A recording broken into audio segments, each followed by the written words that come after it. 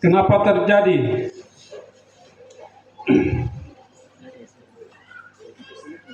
Perkawinan yang sumbang, perkawinan yang juga disebut suntik, juga perkawinan tanpa ikatan di dalam atau secara agamawi, ya, dan itu dianggap sesuatu yang biasa-biasa, sehingga keluarga menjadi ambruk, keluarga yang tidak menunjukkan gambaran kemuliaan Kristus di dalam pribadi lepas pribadi. Itulah sebabnya di hari ini pentingnya perkawinan atau pernikahan Kristen yang harus memaknai secara sungguh-sungguh dan itu mengaplikasikan di dalam kehidupan pribadi lepas pribadi kita. Karena itu kemarin saya menjelaskan bagaimana makna perkawinan Kristen yang juga adalah gambaran Tritunggal itu sendiri. Karena itu kita akan belajar hari ini dari Injil Yohanes pasal 2 ayat yang ke-1 sampai dengan ayat yang ke-11. Injil Yohanes pasal yang kedua ayat 1 sampai dengan ayat yang ke-11.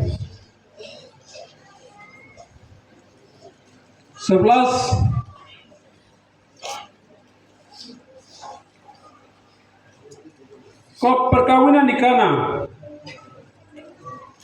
Saya akan baca ayat 1 dan Bapak Ibu jemaat Tuhan baca ayat yang kedua. Ayat 1, pada hari ketiga ada perkawinan di Kana yang di Galilea dan Ibu Yesus ada di situ. Yesus dan murid-muridnya diundang juga perkawinan itu. Ketika mereka kekurangan anggur, Ibu Yesus berkata kepadanya, mereka kehabisan anggur. Kata Yesus kepadanya, mau apakah engkau daripadaku, Ibu, saatku belum tiba.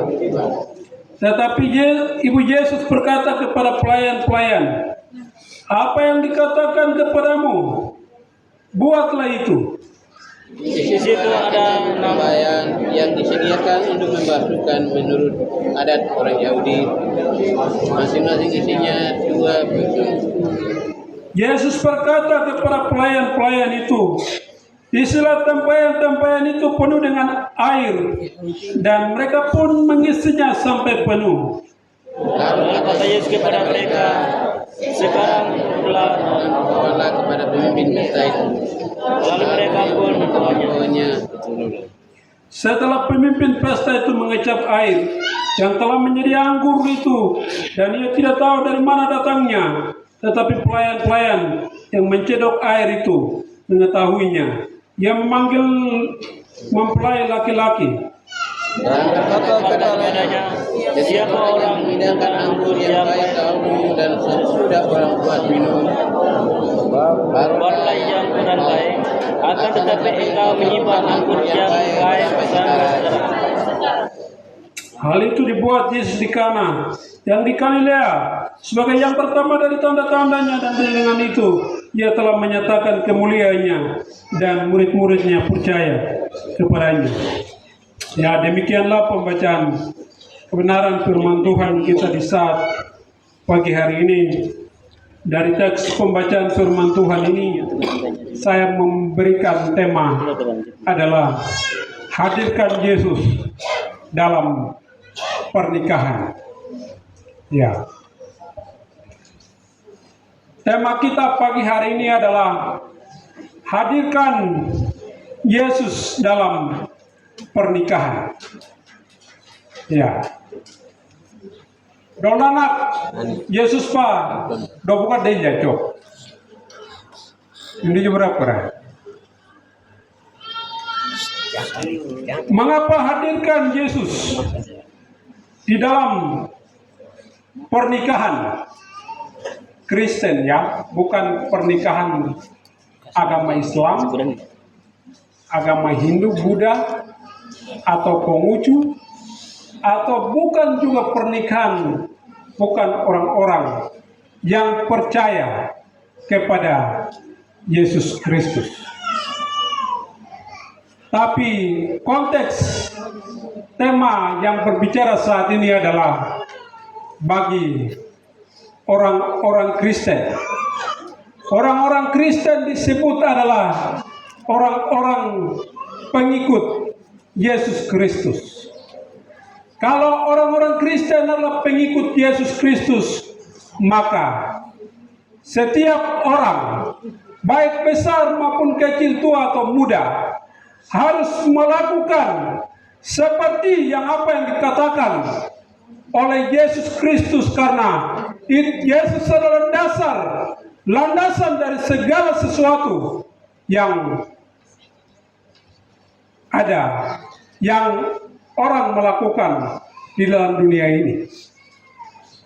Karena itu, siapapun yang melanggar, siapapun yang tidak menuruti apa yang Yesus perintahkan, maka kamu adalah pelanggar terhadap perintah Tuhan Yesus Kristus. Yosemban, ya, adalah pelanggar atau pelanggaran terhadap perintahnya. Dengan pelanggaran ini, tidak ada yang memberikan kemurahan, ya, tidak akan memberikan belas kasihan lagi. Itu sebabnya hadirkan Yesus dalam pernikahan kekristenan itu sangat penting. Ya. Kenapa kita menghadirkan Yesus dalam pernikahan? Yang poin pertama dari hadirkan Yesus dalam pernikahan adalah supaya dipersatukan di dalam kasih Kristus. Ya. Supaya dipersatukan di dalam kasih Kristus, di dalam kuasa Kristus, di dalam kesatuan daripada Allah di dalam Kristus Yesus, dan harus diikat oleh kasih itu di dalam kehidupan dalam keluarga Kristen. Bapak Ibu yang saya kasih dalam Tuhan kita Yesus Kristus, ya, perkawinan atau pernikahan itu kemarin saya menjelaskan, ya, ada pemberkatan dengan pernikahan itu atau perkawinan.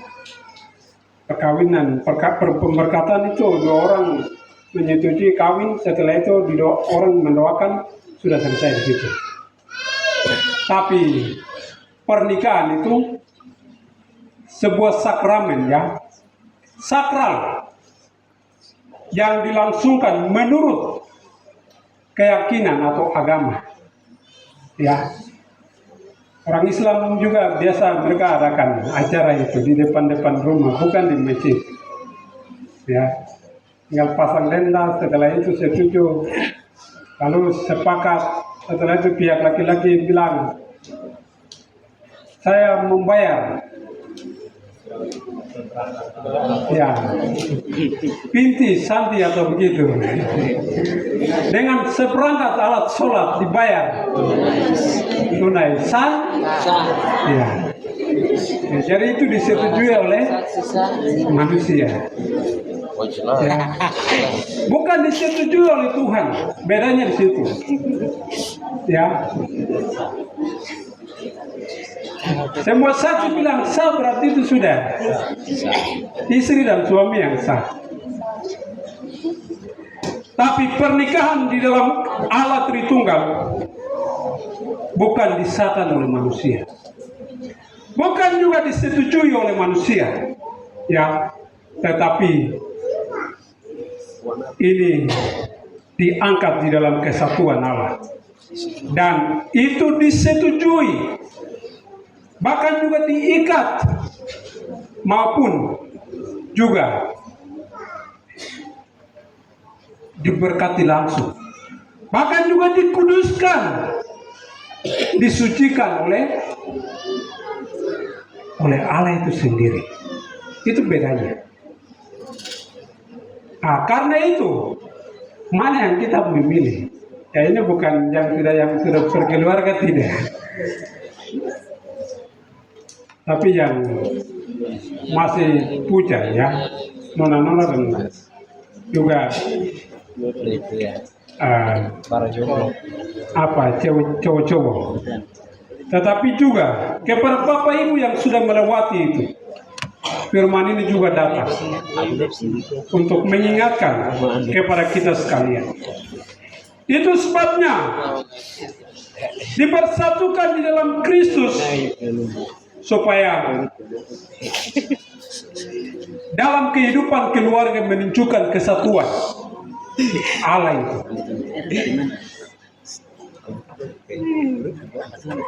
Dipersatukan di dalam Kristus supaya menunjukkan kemuliaan Kristus sebagai seorang laki-laki, dan sebagai seorang perempuan menunjukkan kemuliaan laki-laki itu kepada siapapun dia, kapanpun dan di mana saja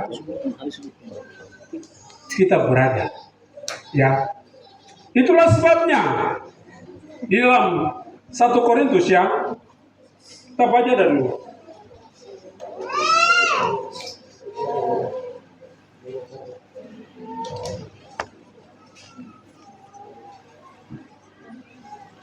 Satu Korintus pasal 11 ayat yang ke-7.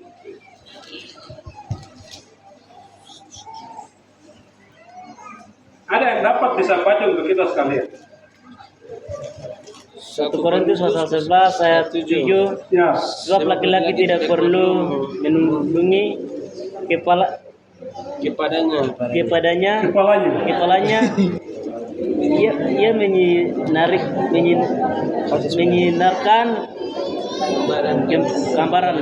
gambaran dan memuliakan Allah, tetapi perempuan menyinarkan kemuliaan laki-laki. Nah, itu.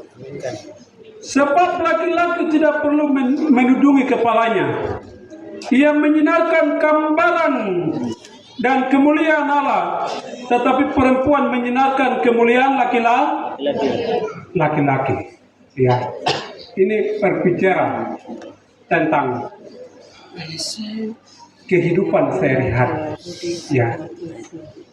Bagaimana yang menunjukkan gambaran Allah itu, firman bilang oleh siapa? Laki-laki? Ya. Saya tidak tahu bahwa Bapak jemaat Betania sepanjang sudah menjadi bapak-bapak menyinarkan gambaran dan kemuliaan Allah di dalam ibu dan juga anak-anak, ataukah sebaliknya membangkitkan ya kemuliaan dunia atau duniawi. Itu sebabnya Bapak Ibu yang saya kasih dalam Tuhan kita Yesus Kristus, ya, pernikahan diangkat dalam kemuliaan Allah itu. Luar biasa ya, wujud lembut ya. Tapi selama ini pernikahan sebagai sesuatu yang biasa-biasa. Yosen Bang, kenapa itu bisa terjadi? Ya, karena yang tadi saya bilang.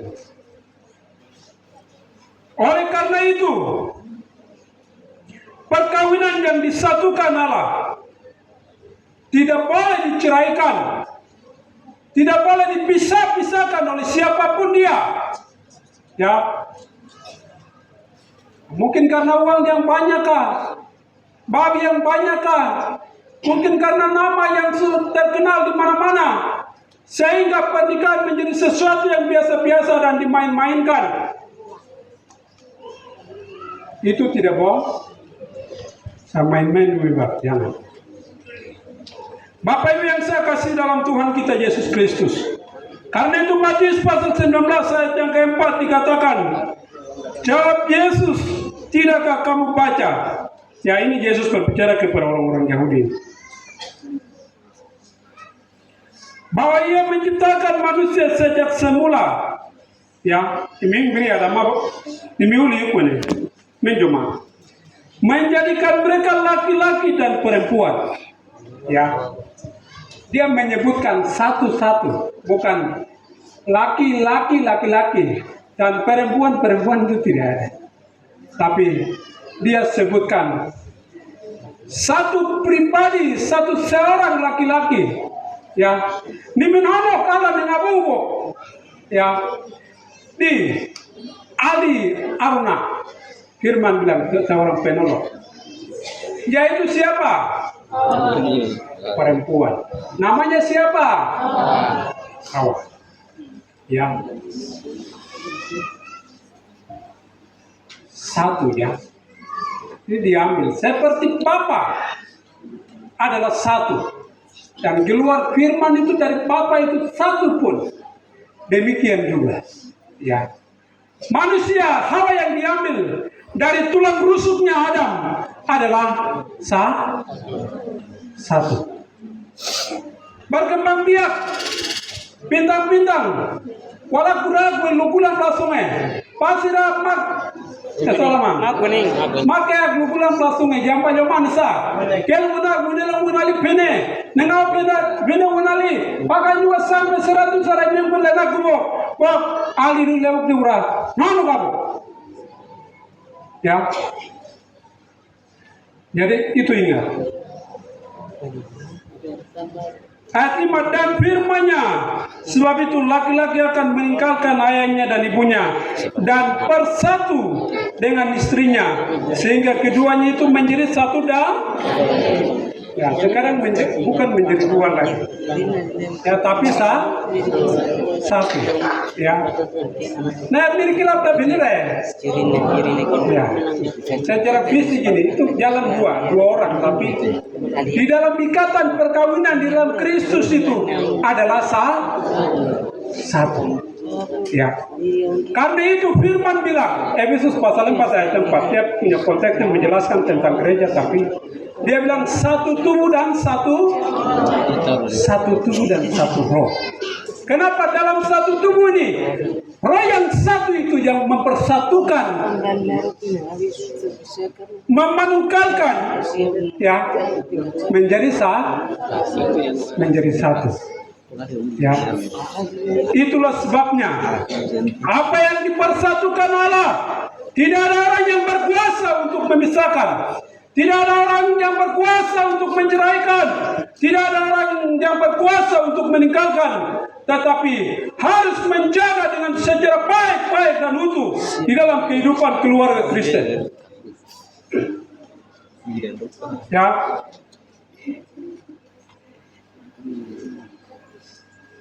Karena itu, demikianlah mereka bukan lagi dua, melainkan satu. Karena itu apa yang telah dipersatukan adalah tidak boleh diceraikan manusia. Ya, Bapak ini belum deh, kelawan ya Bapak. Ya, karena dia tidak baik, jadi saya cari yang lain sudah.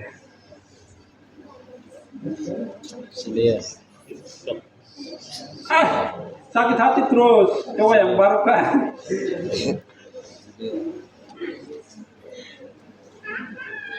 Ini bagian terakhir yang Yesus katakan, ini saya baca ya. Ayat 8. Ayat 7 dan 8. Kata mereka kepadanya, jika demikian apakah sebabnya Musa memerintahkan untuk memberikan surat cerai jika orang menceraikan istrinya? 8. Kata Yesus kepada mereka, karena ketegaran hatimu Musa mengizinkan kamu menceraikan istrimu. Tetapi sejak semula tidaklah demikian. Itu Yesus ini. Sekarang kita samakan dengan Abraham, Ishak, Yakub, banyak istri, poligami. Karena firman bilang keturunanmu sama seperti bintang di langit dan pasir di laut. Banyaknya jadi. Ya, ini firman ini. Berfirmanlah maka jadi. Yang menciptakan langit dan bumi namanya Yesus itu. Yang setelah dia datang dia bilang apa? Karena ketegaran hatimu. Handi wiyung kas, handi kame kas, handi uduna kasan nasa. Musa berau nubal mabga. Lom siupo. Sekarang itu bukan lagi untuk cerai ya. Itu maksudnya. Bapak Ibu yang saya kasih dalam Tuhan kita Yesus Kristus. Karena itu, menghormati perkawinan atau pernikahan, ya, menghadirkan Yesus dan menghormati di dalam pernikahan yang disatukan di dalam Kristus itu. Kalau kita baca di Ibrani pasal yang ke-13 ayat 4, satu orang baca.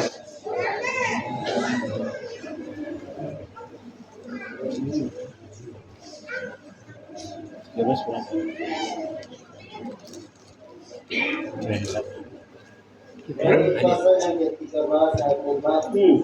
Hendaklah kamu semua penuh hormat dalam perkawinan. Janganlah kamu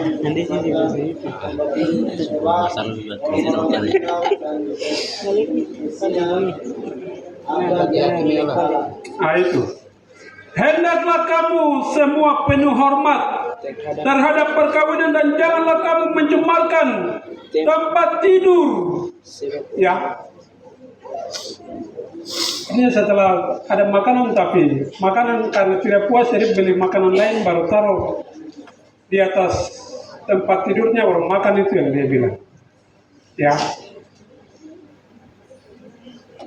Ada istri di rumah tapi yang cari yang lain baru bawa apa lagi ya mencemari tempat ini. Ini salam lah. Ya. Jangan lakukan demikian ya. Bapak-bapak distrik Selaya ini adalah jemaat selalu di gereja. Ya. Bukan di mana-mana. Karena itu menghormati, menghargai sedikit ya. Sekalipun istri yang sebagaimana yang Tuhan satukan itu istrimu. Sekalipun sebagaimana suami sejelek bagaimanapun yang Tuhan bawa itu adalah suamimu. Ya. Malisan aku. Malisu mah. Mungkin bahasan jauh salamnya ya. Maksudnya pikiran kita itu, anak susah lama pun ini. Ya. Rasa tidak puas terhadap apa yang Tuhan kasih itu. Ya. Itulah sebabnya firman Tuhan bilang, hendaklah kamu semua penuh hormat terhadap perkawinan. Ya. Ya, jadi jangan membandingkan. Sekarang itu tahapan seleksi. Aduh, ini kecil jadi harus cari yang besar. Mau apa orang begini? Itu tidak boleh. Ya. Karena firman Tuhan katakan, kalau hewan itu tidak apa-apa, mereka tidak punya akal. Jadi aku manusia, otak naluri. Josepan, otak naluri saja. Akalnya itu tidak ada. Jadi dia tidak bedakan. Anjing dia punya anak, tapi dia akan pasti kasihan dia punya induknya. Dan juga jalan sembarang-sembarang. Karena memang mereka itu hanya bertumbuh kembang biak bergumik di urang dan barang apa. Tetapi manusia itu juga tujuannya sama tapi laksanakan tugasnya yang berbeda-beda. Ya. Karena itu dia bilang penuh hormat terhadap perkawinan. Ya. Luar biasanya itu. Janganlah kamu mencemarkan tempat tidur sebab orang-orang sundal dan pesina akan dihakimi Allah. Ingat ya. Orang-orang sundal itu orang yang tidak ada di rumah. Ya hari ini siang orang malam itu keluar. Ya. Ini nak tadi. Ya dia gini orang ini nak banggi aku ini nak karena ya dia kami ini misalnya. Ya. Yang pencurian itu, aib lihat. Aib itu nengkong mau. Yang nenggeling apa nan salam. Ya. Siapa yang tidak lihat? Manusia tidak lihat, tapi di pasal yang keempat ayat yang ke-13 sudah bilang, di hadapan Tuhan semua telanjang dan terbuka. Di tempat mana yang mau tersembunyi? Ada seorang perempuan Sunda yang terkenal pada waktu itu, terkenal di Israel. Suatu waktu dia lihat Yesus, waktu dia diundang oleh orang Farisi itu, waktu makan itu dia datang dengan bawa minyak zaitun dan dia meminyaki kaki Yesus, menyekanya dengan rambutnya. Ya, supaya dosa yang besar itu dihapuskan. Bagus jika demikian, tetapi ada kesadaran. Ya, tapi sudah lakukan tapi tidak pernah sadar itu bertobat. Yohanes bilang dia bukan Yesus. Matius pasal 3 ayat 2 itu. Bertobatlah sebab kerajaan surga sudah dekat. Ya.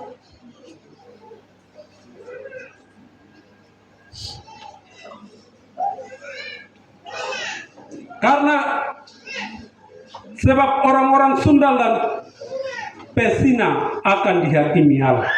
Ya, orang-orang Sunda. Yon sangalana di miak. Kelar pojok ni miak ane. Yok kelar wakan salban ne bara. Mimbri hakimi Islam.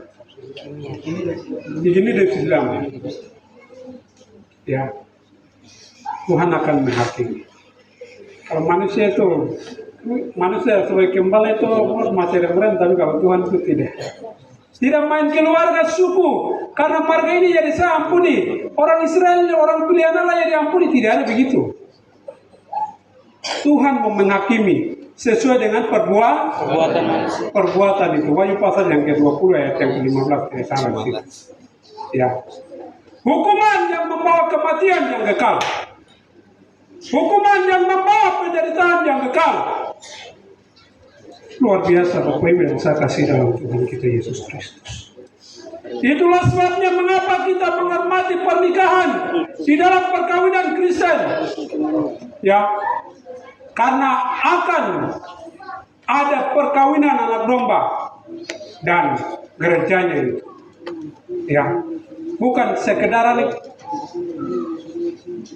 pernikahan lama bukan, tapi ini gambaran perkawinan anak domba dengan gerejanya. Ya, anak domba sebagai pengantin laki-laki dan gerejanya sebagai pengantin perempuan. Suatu ketika Yesus akan datang pada kali yang kedua, di sanalah dia akan mengawinkan gerejanya. Ya sumpah. Karena itu dalam Wahyu pasal 19 ayat yang 7 itu dia bilang begini.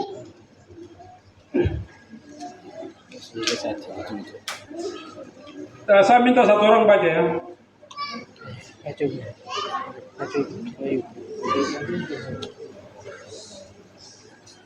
Ini berapa? 19. Ya. Marilah kita bersuka-cita dan bersorak-sorai yang kemudian dia, karena hari pertama anak domba telah tiba dan pengantin telah siap sedia. Nah itu. Marilah kita bersuka-cita dan bersorak-sorai dan memuliakan dia di dalam perkawinan, karena hari perkawinan anak domba telah tiba dan pengantinnya telah siap sedia. Ya, luar biasa. Suatu waktu Kristus akan ikat kita nanti. Dia sudah ikat kita, tapi yang secara realitanya itu nomor 9 dan lewat. Ya. Yang akan terjadi waktu Yesus akan datang. Bapak Ibu yang saya kasih dalam Tuhan kita Yesus Kristus. Karena itu ayat yang ke-8 dan 8, dan kepadanya dikaruniakan supaya memakai kain lenan yang halus, yang berkilau-kilauan dan yang putih bersih, ya, memakaikan itu, ya. Waktu pernikahan dulu menawarkan pengantin baju putih itu kan ada sampai panjang sekali, khusus untuk pengantin perempuan. Ya, kita ini adalah pengantinnya perempuan Kristus. Ya, kan suatu waktu jalan kesong pakai nomor sebelah. Era esok sila di dalam selanjutnya dia lepas nih. Lenan halus itu adalah perbuatan yang benar dari orang-orang kudus. Ya. Lenan halus nih. Kain lenan halus era.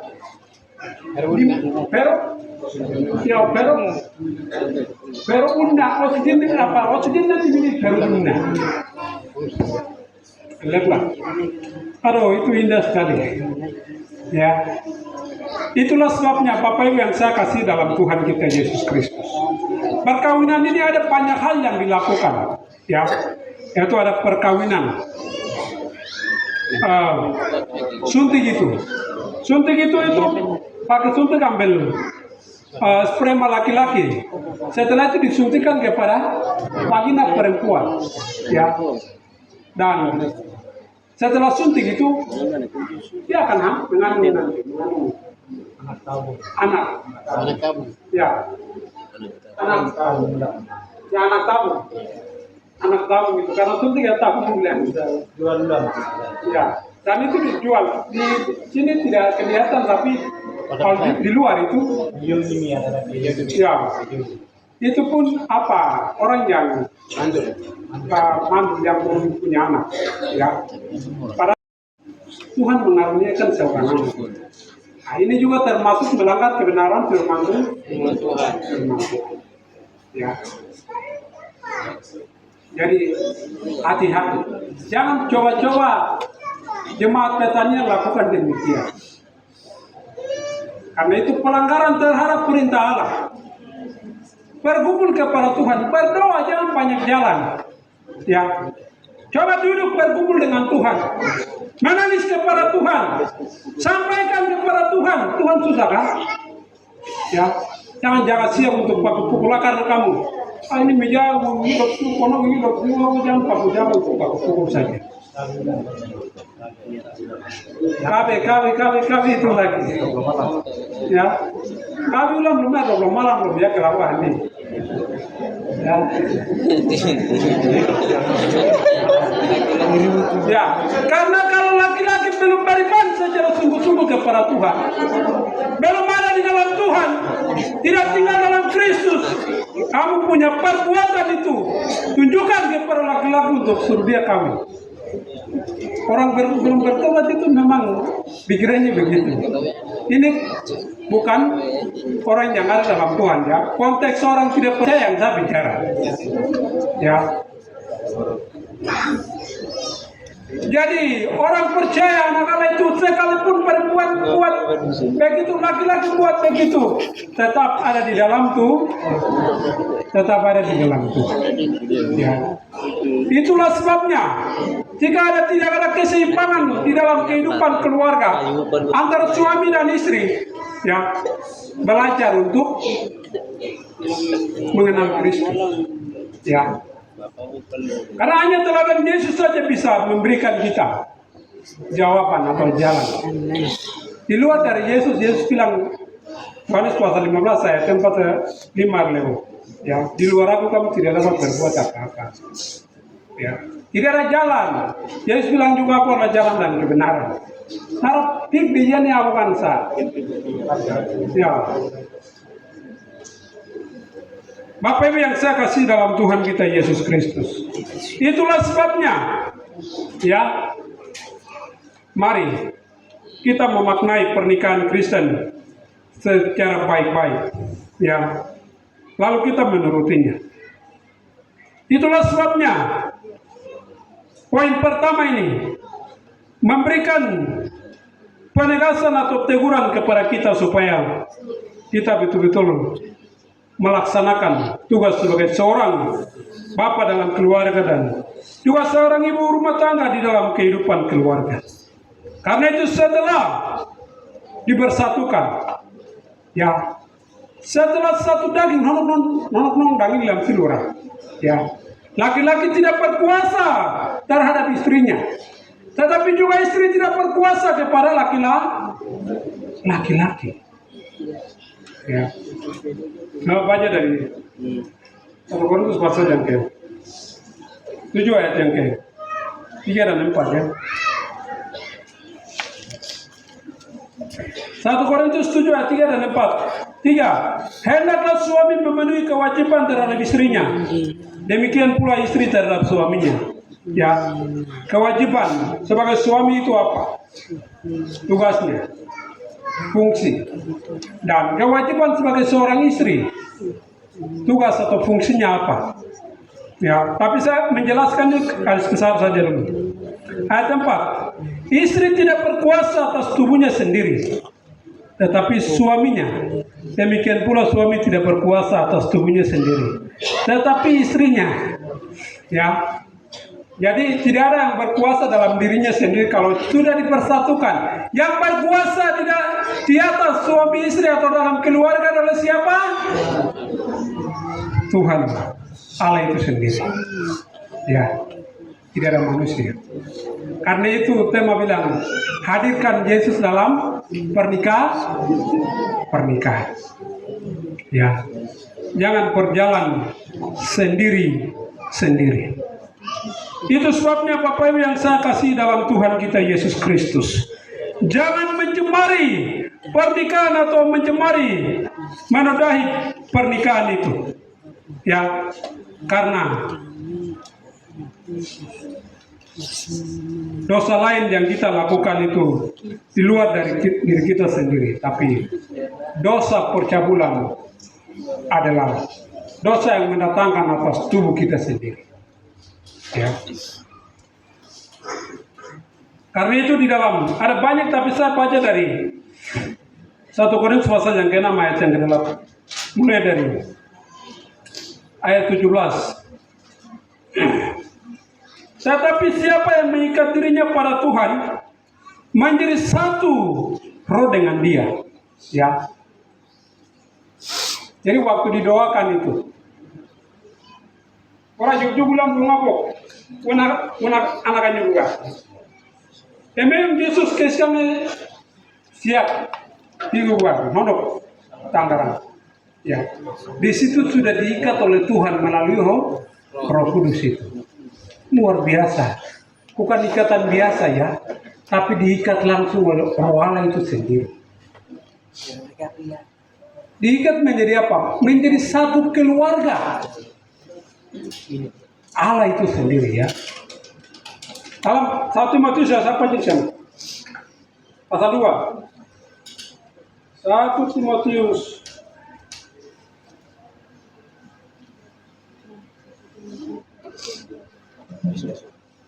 pasal 2.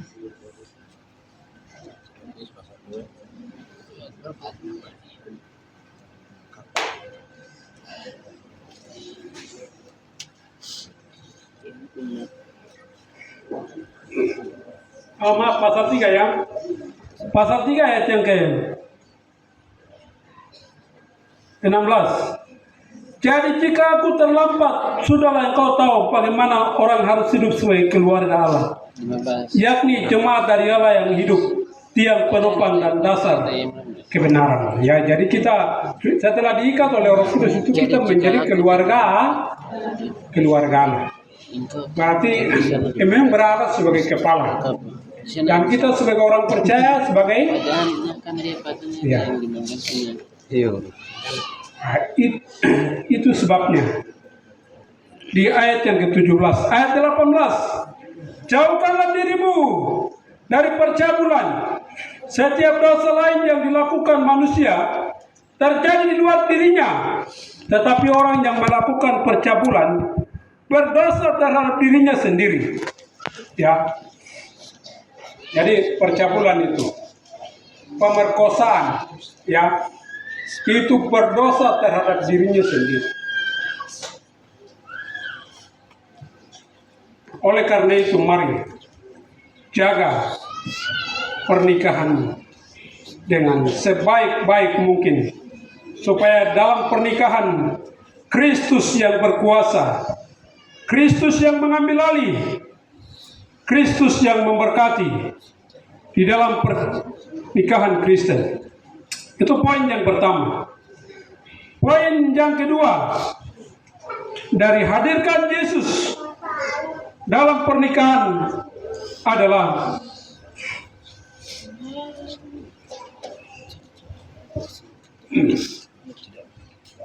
Yesus akan mencukupkan dalam kekurangan. Ya. Jadi sepatas setelah disatukan baru dibiarkan tidak. Tapi Yesus akan bertanggung jawab ya atas semua kebutuhan hidup di dalam kehidupan keluarga Kristen.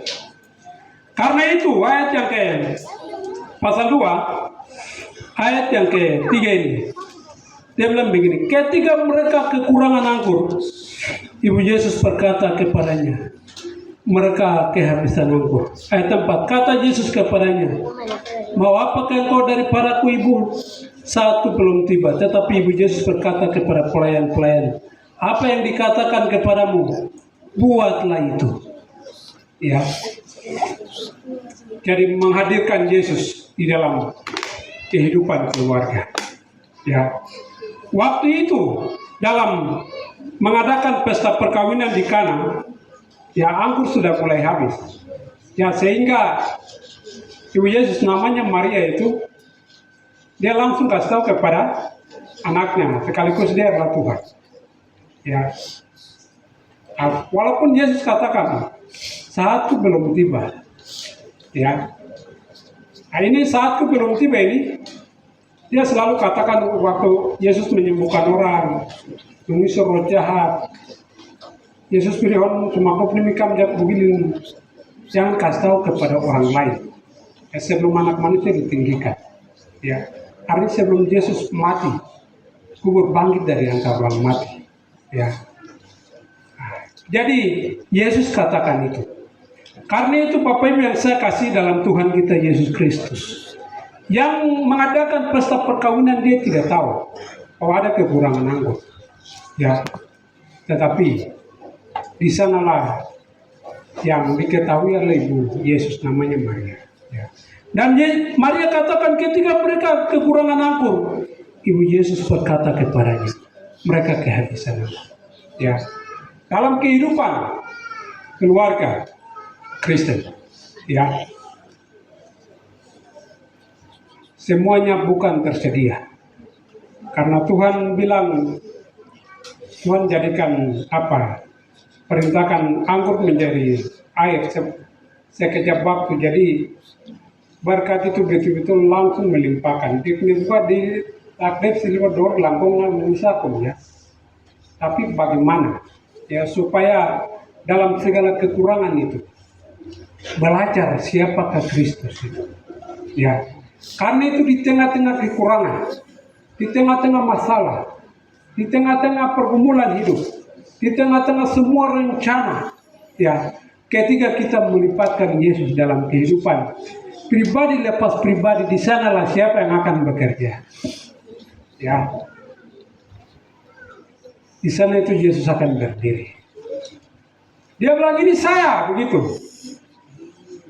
Karena itu waktu orang-orang banyak yang datang, Yohanes pasal yang ke-6, ya ikut sampai dengan mereka merasakan kelelahan yang luar biasa. Tidak makan, minum. Dan suatu ketika murid-murid kasih tahu kepada Yesus, Guru suruh mereka pulang karena di tempat ini tidak ada makanan. Tapi Andreas melaporkan bahwa ada seorang anak yang dia punya ada 5 roti dan 2 ikan. Yesus katakan, bawalah kepadaku. Dan apa yang dia lakukan? Ya, dia memberi makan 5.000 laki-laki. Ya, tidak terhitung dengan istri dan anak-anak. Bapak Ibu yang saya kasih dalam Tuhan kita Yesus Kristus. Bangsa Israel bersungut-sungut di hadapan Tuhan karena lapar dan haus di padang gurun. Ya. Aduh, kami ada di Mesir itu ya kuali ikan nogan ilewana walaupun Raja Firaun menindas kami. Tapi kami makan enak-enak di sana. Waktu Musa bawa keluar kami berjalan di atas padang gurun ini, kami merasakan kelaparan, kehausan. Kami mati Mereka bilang begitu, dan itu adalah mereka bukan berbicara kepada Musa, tapi mereka melawan Tuhan. Ya. Karena itu Musa berseru-seru dan Tuhan turunkan makanan namanya mana. Ya. Tuhan siapkan kebutuhan di dalam kehidupan keluarga masing-masing, tidak lebih dan tidak kurang. Ya sabar. Ada keluarga yang angkat lebih lalu taruh di rumah jadi busuk dan ada ulat-ulat di sana. Kalau orang somang, orang ini apa ini? Gu itu saja. Mereka kaget juga karena Tuhan bilang itu secukupnya, ya. Tidak boleh ambil lebih dan kurang, pas-pas. Ya. Jadi Tuhan akan cukupkan ketika menghadirkan Yesus dalam kehidupan keluarga. Ya. Sekalipun ada tantangan, ada pencobaan, sekalipun ada kekurangan, sekalipun ada kemiskinan, tetapi jangan lupa hadirkan Yesus dalam kehidupan keluarga. Ya. Ibu selama ini duduk di rumah berdoa kah tidak waktu saat kurang? Ya. Ibu biasa bilang Bapak, dia bilang begitu. Saya bilang berdoa. Ya. Ya. Jangan bilang dia Bapak. Jangan juga bilang ke ibu, kenapa kamu tidak sediakan makanan? Ya, sebagai seorang bapak jangan hanya bekerja saja, belajar berdoa, sekalipun ada. Ya. Karena kalau suatu waktu tidak ada makanan bagaimana? Bisa tahan ke tidak? Bisa belajar mengucap syukur ke tidak? Walaupun Paulus bilang mengucap syukurlah dalam segala hal, tapi waktu tidak ada itu lupa mengucap syukur. Ya. Karena itu Bapak Ibu jemaat Tuhan yang saya kasih dalam Tuhan kita Yesus Kristus. Yesus itu Bapa yang sesungguhnya. Yesus itu adalah Ibu yang sesungguhnya. Ya. Yesus bilang Yohanes pasal yang ke-14 ayat 18, aku tidak akan meninggalkan kamu sebagai anak yatim piatu. Ya. Ada satu ayat firman Tuhan kita baca dari Matius pasal 10 ayat yang ke-29. Matius pasal 10.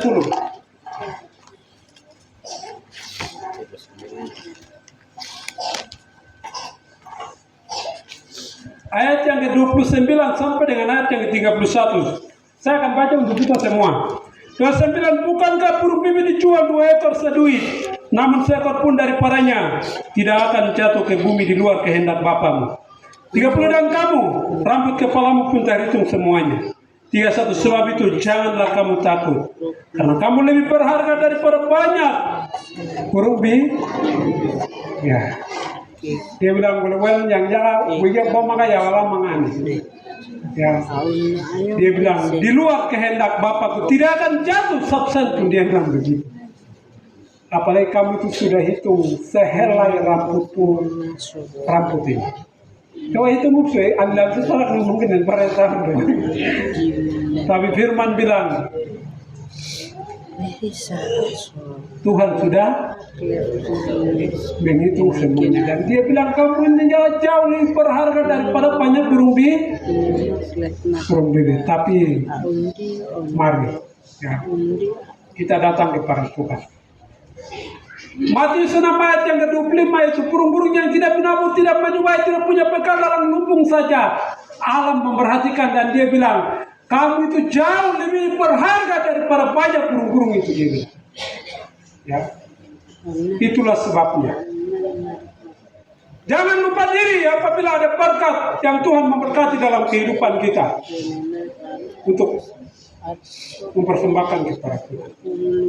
Jangan lupa juga waktu kekurangan yang Tuhan tidak tolong, jadi pesimis saja terlalu banyak di dalam kehidupan Tuhan. Bersungut-sungut yang terlalu banyak. Kenapa begini? Belajar menghadirkan Yesus di dalam kehidupan pribadi lepas pribadi. Ya. Yesus banyak atau bukan nundi kalian tidak jawab, nundi keluarga tidak jawab,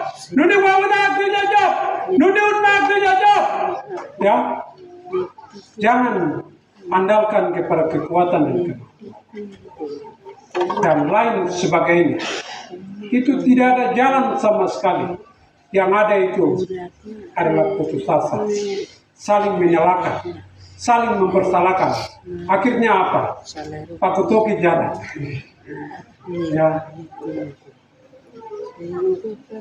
Ya, kita pukul diri kita lagi.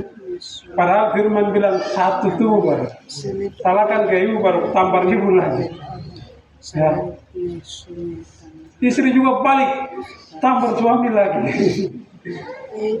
Ya. Karena itu dia bilang ketika mereka kekurangan anggur, ya, kekurangan pasti selalu akan ada. Tidak akan terlepas dari kehidupan kita. Ya, jadi jangan berpikir bahwa narai minggu udah oresi, minggu udah opsi, minggu bisa kos kesini sih pak. Narai yang juga yang lengkap di milah baru pikir yang lama, yukni lejang angkuplah.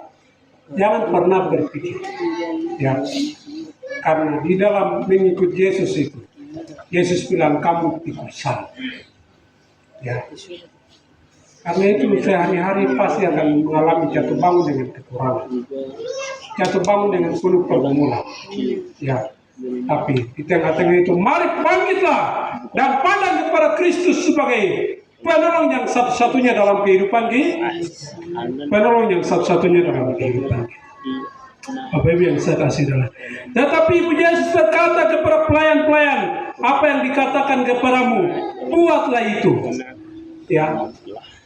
Ternyata Maria ini dia tidak pikir bahwa ini saya punya anak biasa saja Bang Kuku. Tapi Maria betul-betul percaya bahwa anak yang dilahirkan oleh Maria namanya Yesus Juru Selamat adalah Tuhan yang melakukan segala sesuatu. Ya. Segala mujizat dan tanda. Karena itu dia percaya secara penuh dan dia memohon kepada anaknya Yesus Kristus yang adalah Tuhan. Dan Yesus juga bilang jawabannya adalah waktuku belum kenal. Tapi imannya itu ada osiksil dan seni buka supaya melalui dia itu kuasa Allah dapat dinyatakan, kuasa Allah dapat dilihat oleh semua orang muka orang. Ya, dia menyatakan mujizat ini. Ya. Dan dikatakan di dalam ayat yang ke-6 sampai dengan ayat yang ke-9 dia bilang, di situ ada 6 tempayan yang disediakan untuk pembasuhan menurut adat orang Yahudi. Masing-masing isinya 2-3 buyung. Yesus berkata kepada pelayan-pelayan itu, isilah tempayan-tempayan itu penuh dengan air, dan mereka pun mengisinya sampai penuh. Ayat 8, lalu kata Yesus kepada mereka, sekarang cedoklah dan bawalah kepada pemimpin pesta. Lalu mereka pun membawanya. Ayat 9, setelah pemimpin pesta itu mengacap air yang telah menjadi anggur itu, dan ia tidak tahu dari mana datangnya. Tetapi pelayan-pelayan yang mencedok air itu mengetahuinya, ia memanggil mempelai laki-laki. Ya, luar biasa. Disitulah Yesus menyatakan mujizat. Ya. Sepahit kita hidup ini, sekaratnya hidup kita ini, ya sesusahnya hidup kita ini, ya penderitaan hidup kita ini, ketika kita menghadirkan Yesus di dalam kehidupan keluarga pribadi lepas pribadi, ya di sana akan menjadi manis. Ya. Rasa pahit itu akan berubah menjadi manis. Rasa susah itu berubah menjadi senang. Dan rasa menderita itu berubah menjadi bahagia. Dalam kegiatan yang kita lakukan, kalau tidak ada makanan bagaimana? Panitia itu setengah mati itu.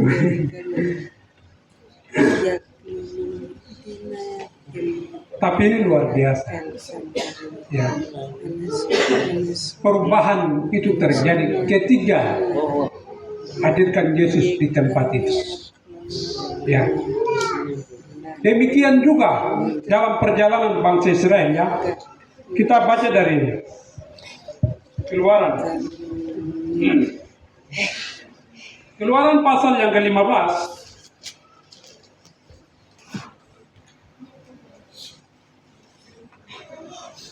Pasal 15 ayat yang ke-35 ini. Saya baca dari 22 dulu.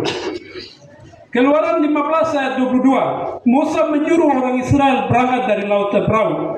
Lalu mereka pergi ke padang gurun Shur 3 hari lamanya. Mereka